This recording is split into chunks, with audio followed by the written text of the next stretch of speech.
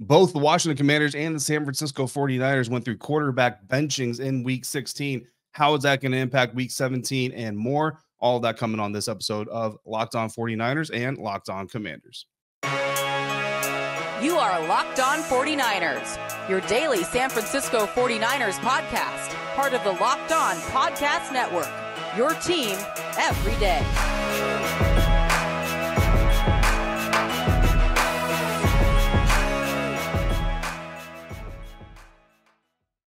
And welcome in everybody to this crossover Thursday episode of Locked On Commanders, Locked On 49ers, your daily podcast covering the Washington Commanders and the San Francisco 49ers, both part of the Locked On Podcast Network, your team every day. Thanks so much for making us your first listen of the day every day. And don't forget that you can subscribe for free on YouTube or wherever you're getting your podcast. I'm David Harrison. He's Eric Crocker. I'm covering the Commanders side of this thing. Croc is on the 49ers side of this thing. We are both here with you every Monday through Friday, along with our everydayers. And everydayers, we greatly appreciate your continued support for both of these shows and this great network. This crossover Thursday episode is brought to you by PrizePicks, the easiest and most exciting way to play daily fantasy sports. Go to prizepicks.com/LockedOnNFL. Use the promo code, all lowercase, LockedOnNFL for a first deposit match up to $100. In this week's crossover, just like we do every other crossover, we're going to talk about what's going to happen for San Francisco to cover their spread. We're going to talk about what's going to happen for Washington to upset the 13.5-point spread that FanDuel is currently projecting in a 49ers win. The matchups that go into this weekend's contest, the most important players, but we're starting with the biggest stories surrounding each team. Croc, Brock Purdy getting benched on Monday night against the Baltimore Ravens. Usually that stirs things up quite a bit. What's going on around San Francisco right now? Not sure it's stirring things up for the 49ers, and I don't even know how much of a benching it truly was. Obviously, he didn't play as well as he would like to, but he got kind of banged up, left the game for a little bit. The game was out of hand. I think Kyle Shanahan looked at it like, look, we don't have our starting tackles. We've been having to play musical chairs with the offensive line since Trent Williams left the game. You know what, Brock, go ahead, sit this one out. I don't want you to, take any more of a beating in this game, and we'll let Sam Darnold rock out, who actually did, fairly well. Peacock joked and said that it was good that he threw that late interception, so there's no quarterback controversy. Don't think there would have been a quarterback controversy even if he didn't throw an interception, but I'd be extremely surprised if Brock Purdy wasn't back to being his normal self against Washington Commanders. Yeah, no, I fully expect the same thing, and I actually had one of my Locked On Commanders insiders text me shortly after the game. It was like, oh, now there's going to be a quarterback controversy in San Francisco. I got a mailbag question about the same thing, about if San Francisco wants to trade Brock Purdy this offseason, Commanders jump in. And I don't think it's that deep. You know what I mean? I don't think it's going to go that far. And I kind of go back 2 weeks ago when Sam Howell got pulled against the Los Angeles Rams, and there were kind of these conversations. Was it a benching? Was it not a benching? At the time, it was discussed as let's protect the quarterback again. Some offensive linemen had gotten hurt.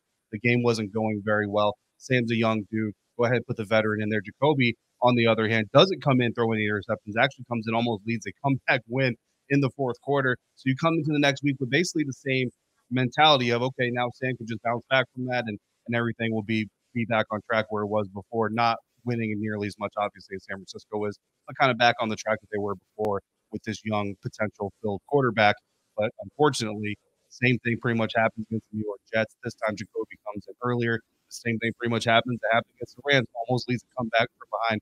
When they actually have a win.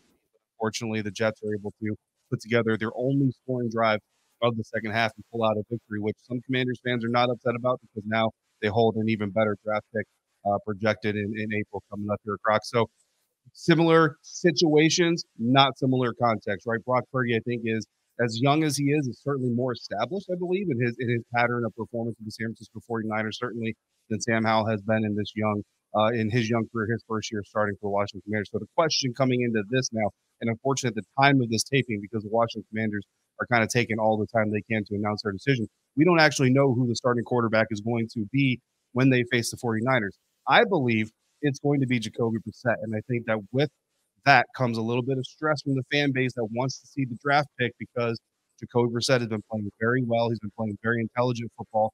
And even though he's playing behind the same kind of patchwork offensive line that's really not very consistent, he's been producing where Sam Howell has been struggling trying to find the perfect play instead of the smart play. And that gives the Commanders a better chance this game. So, Brock, I'm going to just leave it to you. Let's get an outsider's perspective.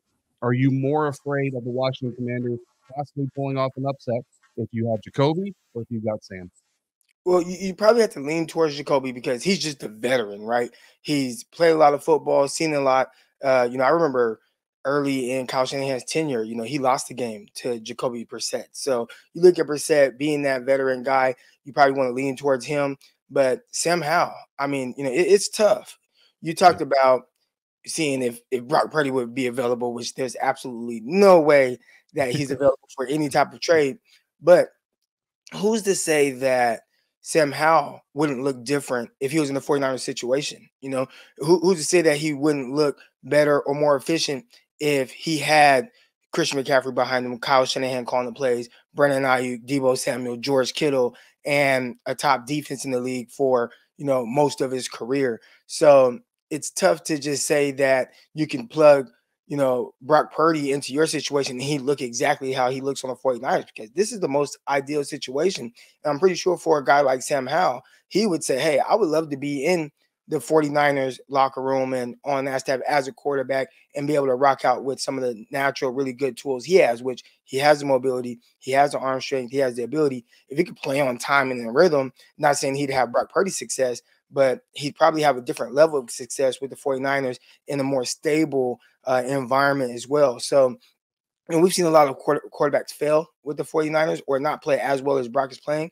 But I bet Sam Howell, he'd like to play in that type of situation. As far as this game, though, you look at Brissett, you look at Sam Howell.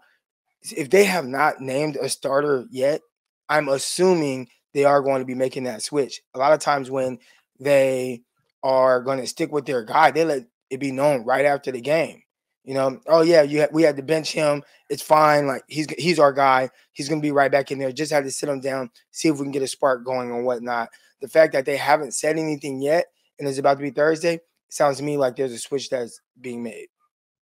Yeah, no, absolutely. And it's one of those things where I've got a little bit of a drive to practice myself. So I kind of anticipate, it's happened before where when I leave for practice, the news hasn't broken yet. As soon as I park, I pull out my phone and I've got the notification that the news broke while I was driving. But I'm a responsible driver, especially in the DMV area. You got to keep your head on the swivel. So I don't look for those alerts while I'm driving. So to me, that's probably what's going to happen. I think Jacoby Brissett is going to be the guy moving forward. And for Commanders fans, I've kind of outlined the reasons I think that's the best route for this team moving forward in previous episodes. Every Dares, you've already caught that. If you haven't, you can go back and do that. 49ers fans, if you're just curious about what's going on out here in the DMV, by all means, go ahead and go back and check that out. But we're going to move forward with this weekend's matchup between the San Francisco 49ers and the Washington Commanders. The return. What's up, Croc? I did have one question. Yeah. We're talking about the kind of development of your young quarterback. Do you think it's helping or hurting him that he's having to throw the ball dang near 40 times a game?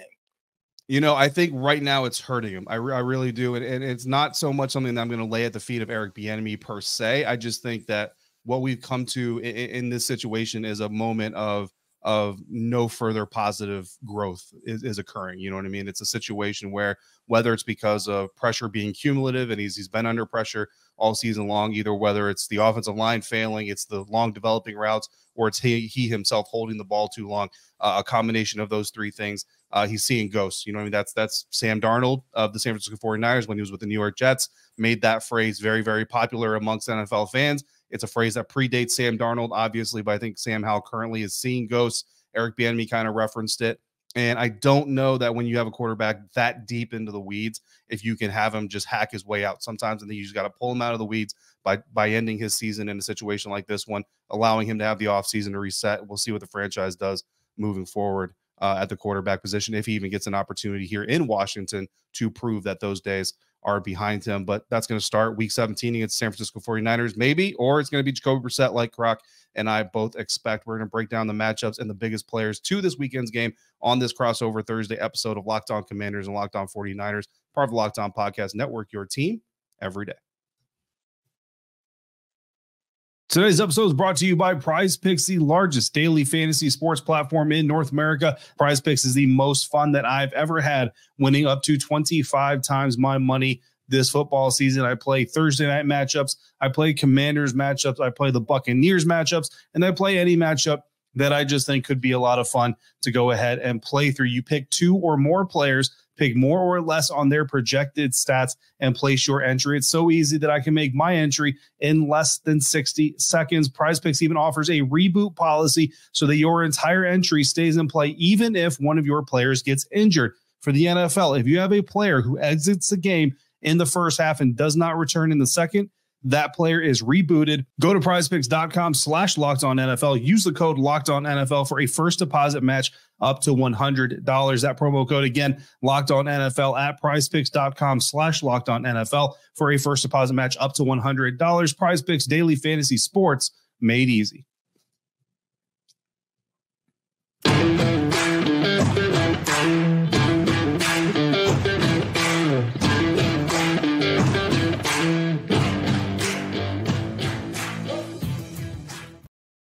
Thanks again for making Locked On 49ers and Locked On Commanders your first listen or your first view today and every day.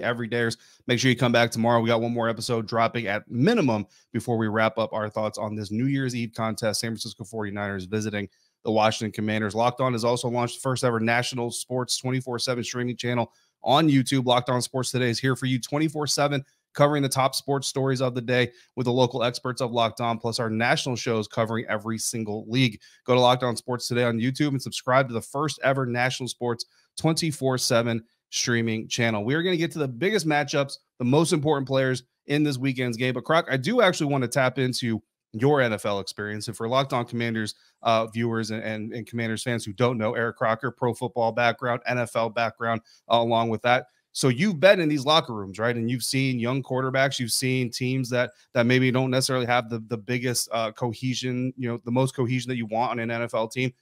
What do you think is happening inside Sam Howell's head right now? And I know you can't necessarily get in there and just tell us exactly what's happening, but just as a pro athlete, as a young guy going through some of these struggles, what do you think needs to happen for Sam to really kind of get over that hump and potentially get back onto the path that he was on earlier this season? I got to see Geno Smith as a rookie, when I was with the Jets, and kind of I was yanked back and forth. So there were things that, I missed during that time. But I remember early on, whether it was during, rookie minicamp, OTAs, training camp as well, and different parts of the season, we're talking about a guy who had a lot of stress, a lot of pressure on him, being in that New York market. And, I remember the time, well, I'm not going to tell too many stories, but there were times where you could tell that a guy was a little bit more stressed than maybe the receivers or the corners, just having that different type of level of pressure on them to kind of pull through with the team, who at the time I felt like that New York Jets team was definitely a lot less talented than some of the teams around this league with weapons. I think the best running back was, maybe Bilal Powell or, Chris Ivory, so didn't have a whole lot of weapons at his disposal and a lot of pressure that was put on him. It can get to you a little bit. And that's not as ideal as being able to just kind of go into a situation. Everything is set up for you to be, more successful. You have all these weapons. You have this terrific defense. So I think Sam Howell, who does have weapons, like he has the receivers. I really like McLaurin. Would like to see McLaurin be used a lot more than he was in his last game. I know he kind of banged up a little bit at the running back position. Robinson was out last game, if I'm not mistaken, right? Yep. So yep. Being more consistent with those things around him to kind of help him through, so he doesn't feel like he has to be the reason you guys win. That would be more ideal for a young quarterback. Now, some quarterbacks can come in and they can handle that. We've seen C.J. Stroud, and I know he's been banged up over the last few weeks, but he came in and there was some losses early on. There were some games where he had to throw for 400 something yards and several touchdowns to be able to either win or have a chance. But you ideally don't want to have to go through that every single game. And I think that's what Sam Howell has had to do so far in his young career.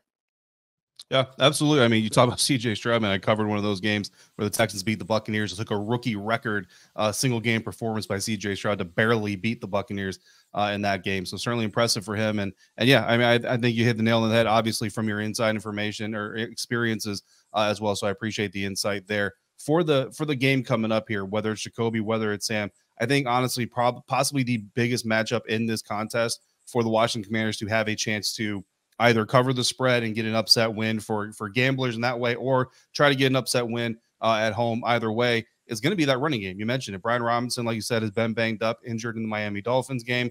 They had the bye week following, but then he hasn't played in the last two games with that hamstring injury. And Hamstrings are tricky. In a lost season, you'd almost rather say, especially a guy with the potential that B-Rob has, you'd almost say, you know what, don't even mess with it. Just sit him down for the rest of the year and let that hamstring heal in its own time. But not only that, Chris Rodriguez, a 6th-round rookie who came in the last 2 weeks and had fairly good performances, led the team in rushing the last 2 weeks. His first 2 NFL touchdowns last week against the New York Jets defense. He's now hobbled. We don't have an official diagnosis or timeline on him yet, but he's officially hobbled. Antonio Gibson has been dealing with a toe injury that he actually suffered last year, has kind of been re-aggravated all throughout this year. So now you got practice squad guys like Derek Gore, Jarrett Patterson just recently re-added to the roster. And I feel like whether it's Jacoby, whether it's Sam, whether it's both, and we see a situation where both these guys get playing time, they got to be able to lean on that running game at least a little bit, because this San Francisco 49ers defense is too good for you to be one-dimensional in beats.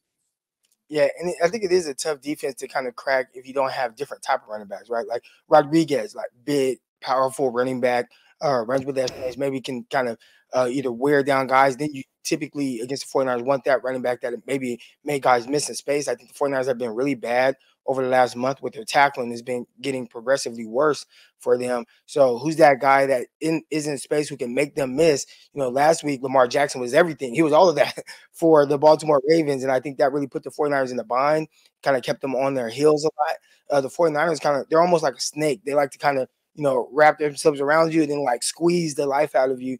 And typically with teams, what they want to do is make them one-dimensional. And I know a lot of teams want to do that, but the 49ers really do that on a consistent basis, one of the top defenses in the league. But the games that they've had kind of the most struggles is that team that doesn't stop. And I go back to even the game like, I don't even remember what week it was, but when they played the Minnesota Vikings, 49ers lost to the Vikings.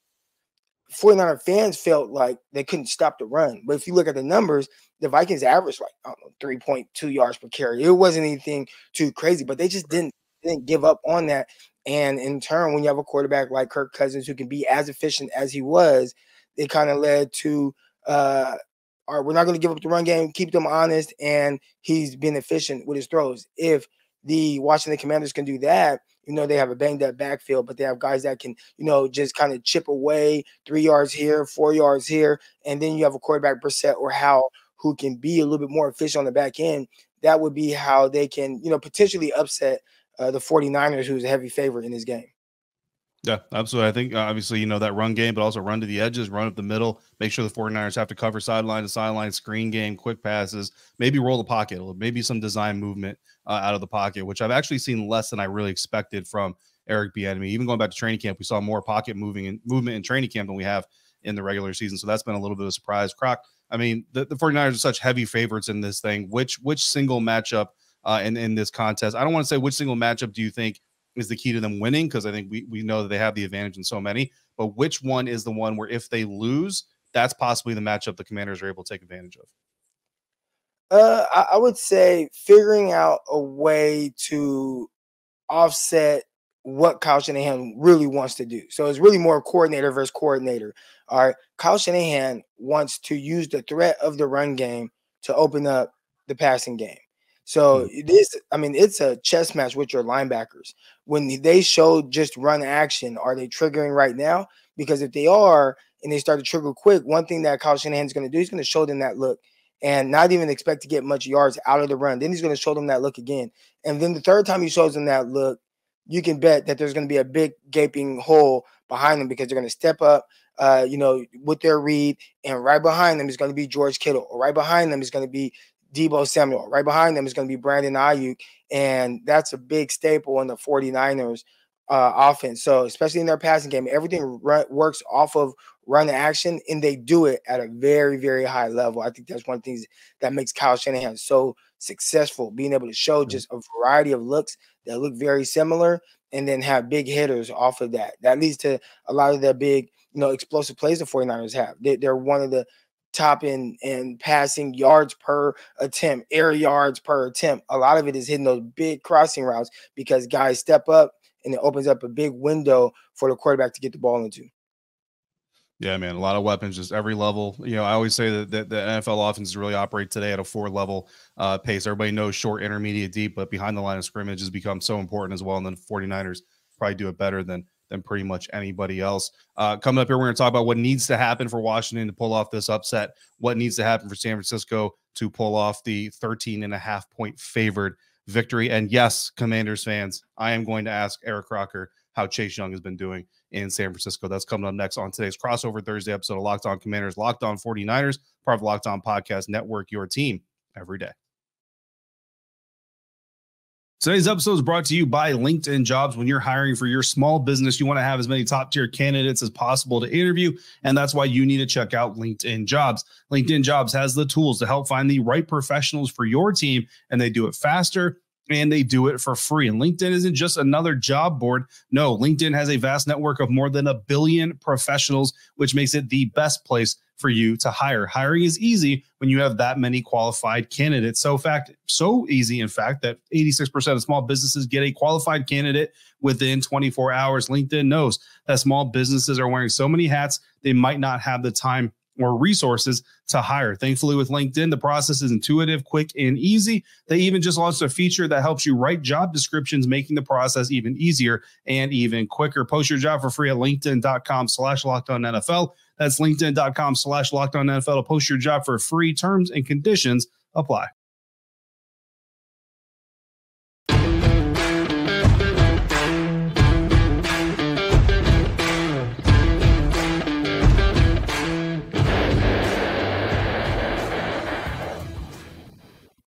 All right, we're wrapping up this episode of Locked On Commanders, Locked On 49ers, Crossover Thursday, previewing this weekend's New Year's Eve matchup in FedEx Field, where the 49ers are coming in to face the Washington Commanders. And Croc, 13.5-point favorites are the San Francisco 49ers. For the Washington Commanders to pull off an upset in this one, I think it's not simple, but the very first thing you have to do is protect. You have to protect against that 49ers front seven. This 49ers defense, top 10 in everything that's important defense-wise, top 15 and pretty much everything else that's kind of important, and all the stuff that's not important is not important for a reason.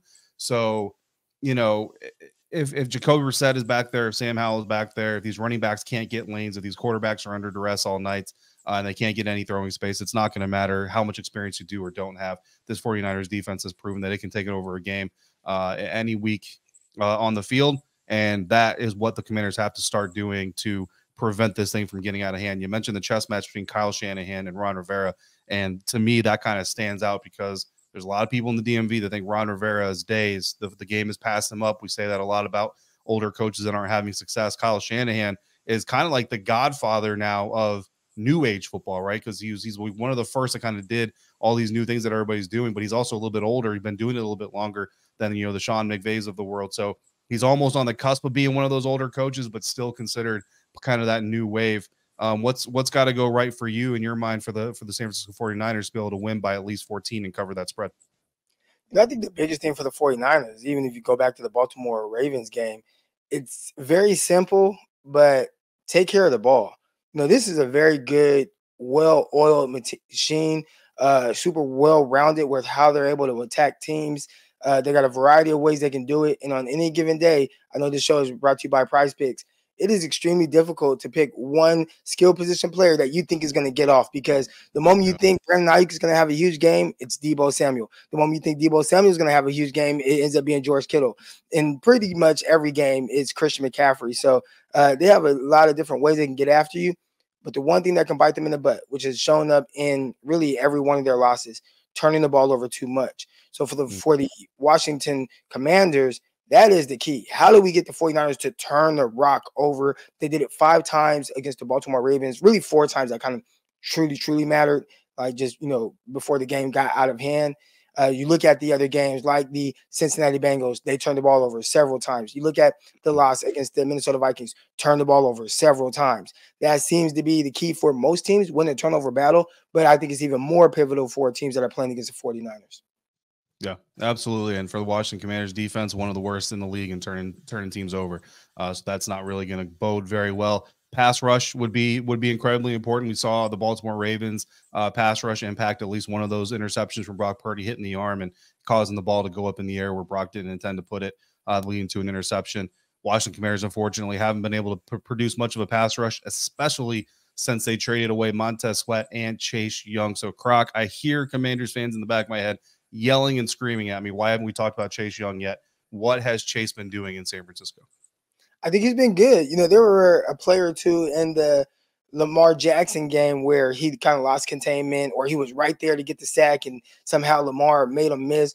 But overall, if you look at, even that safety play, who was chasing him? It was Chase Young. In the other games, I think he's done a really good job of pushing the pocket, getting to the quarterback. I don't think he has maybe quite the sack numbers that you ideally would like to see, but as far as his presence and what he's doing being felt, I think he's definitely right there with am I blanking on his name? Young Bosa, Nick Bosa, of course. I think ideally this is probably a great situation for 49ers that Chase Young isn't having a whole lot of sacks on paper. So when they go in to potentially negotiate with him, they can say, hey, look, we can pay you kind of at this point because this is what the market is for you. And maybe they can keep him around on a little bit cheaper. And then next year, maybe he just has a little bit more luck with getting more sacks and, you strike big gold there.